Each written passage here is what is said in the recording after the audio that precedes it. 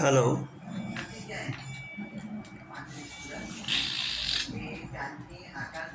Film શોલેમાં એકે હંગલનો એક પ્રસિદ્ધ डायलॉग હતો, जानते हो दुनिया का सबसे बड़ा बोझ क्या है? बाप के कंधों पर बेटे का जनाजा। इससे भारी बोझ कोई नहीं हो सकता।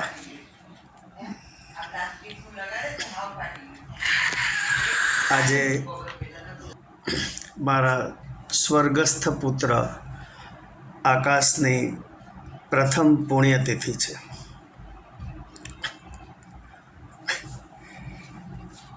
પ્રિય આકાશ,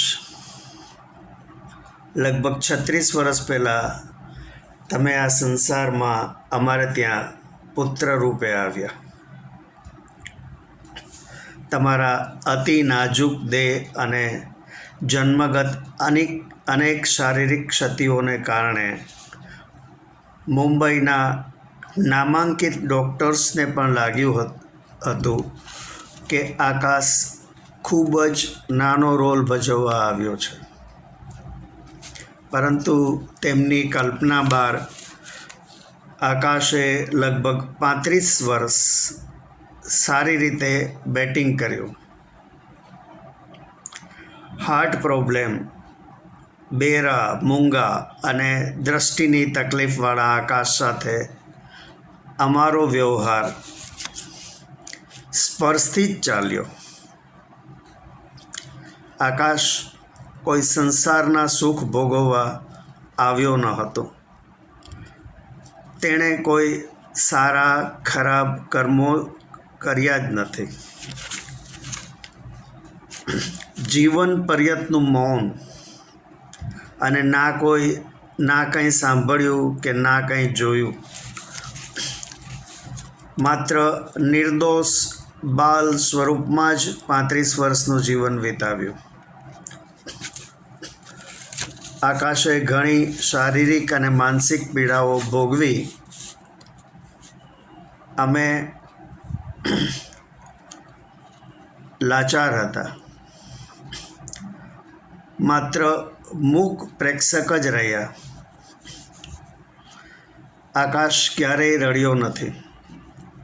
હસ્યો જરૂર છે, ખુશ થયો છે અને ગુસ્સે પણ થયો છે.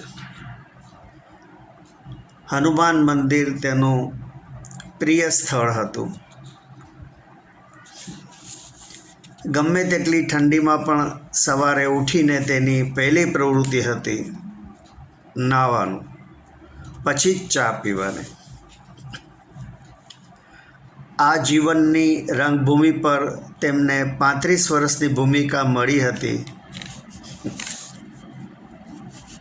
તે જરૂર કોઈ પવિત્ર અને ઊંચો આત્મા હતો, પરંતુ માત્ર અગમ્ય કારણોસર આ સંસારમાં આવેલો. આકાશભાઈ, આપણું જોડાણ કરવા માટે ઈશ્વરનો ખૂબ આભાર. તમારું સ્થાન અમારા મનમાં અને હૃદયમાં અચલિત હતું, છે અને રહેશે. આપણે સૌ રંગભૂમિના પાત્રો છીએ. ડાયરેક્ટર સોંપે તે પાત્ર ભજવવાનું.